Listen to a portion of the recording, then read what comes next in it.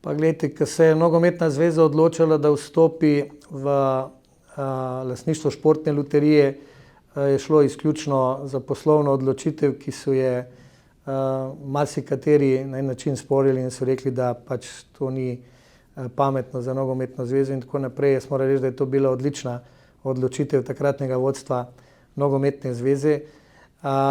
Tudi če pride do morebitne prodaje, bo to izključno poslovna odločitev in Nogometna zveza bo pristopila prodaji, če bo ocenila, da je prodaja tega deleža zdrava, dobra in da Nogometni zvezi prinaša dolgoročne koristi.